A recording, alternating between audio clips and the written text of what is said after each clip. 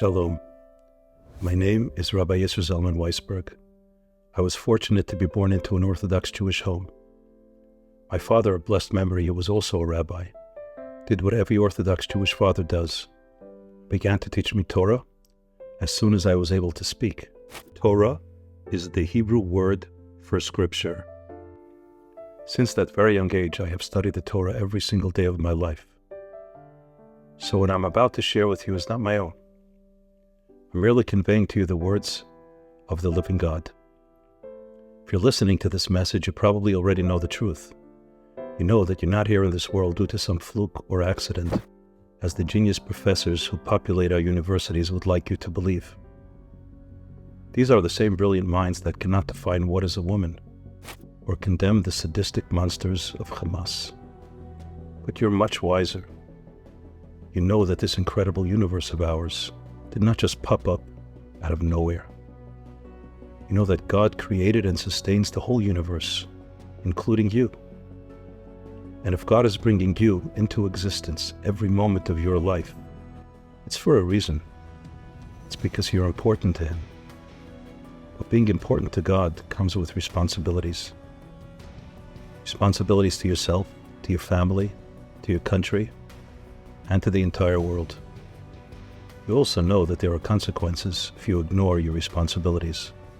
A world in which there are no consequences for bad behavior is doomed to destruction.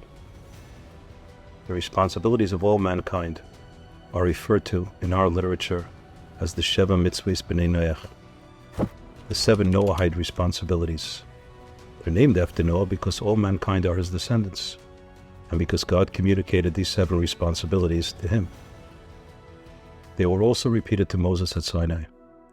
The first responsibility is the belief in an infinite, omniscient, and omnipotent Creator who created and who continues to sustain the world, as well as every human being, for a purpose. The second responsibility is to respect God. God does not need your respect, but if you do not respect the being who is responsible for your very existence and for everything in your life, then you have lost your humanity. If you have no respect for God, then you certainly will have no respect for human beings who are created in the image of God. Number 3 is not to commit murder. Prohibition against taking someone's life is in the 10 Commandments in Exodus chapter 20 and in Deuteronomy chapter 5. But the wording in Genesis chapter 9 is more detailed. God tells Noah, Shefech dam ha'adam ba'adam, dama yishafech, ki b'tselem Elokim asa es ha'adam. One who spills the blood of a human being inside a human being, his blood should be spilled. For in the image of God, man was created. Our sages point out that a human being inside a human being is obviously a fetus. God is instructing Noah that destroying a fetus is tantamount to murder. Even before they are fully formed, they are God's children, and God insists that they are treated as such. There are instances when the mother's life and wellness takes precedence over that of the unborn child. These scenarios, as well as at what point of the pregnancy does the prohibition of murder kick in, are dealt with at length in the books of Jewish law. However, the underlying principle is that an unborn child is a very precious living being. This notion is completely ridiculed by the far left and by the party that is representing them in the upcoming elections. The next 4 of the 7 Noahide responsibilities and prohibitions are as follows. Number 4, prohibition against stealing.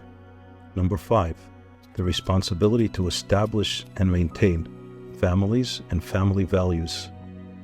Number 6, the prohibition against cruelty to animals, which obviously includes human beings as well.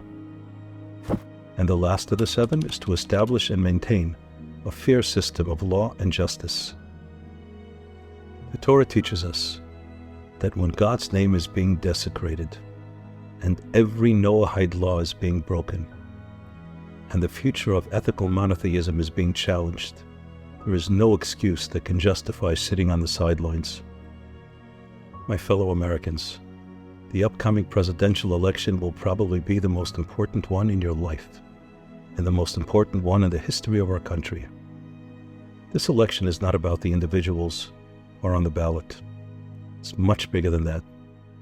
The individuals representing the two parties are merely the avatars, representing two opposing forces, forces of light and forces of darkness. My fellow citizens, this election is not only about taxes, inflation, and the border. It's much bigger than that. In this election, you will determine whose side you are on.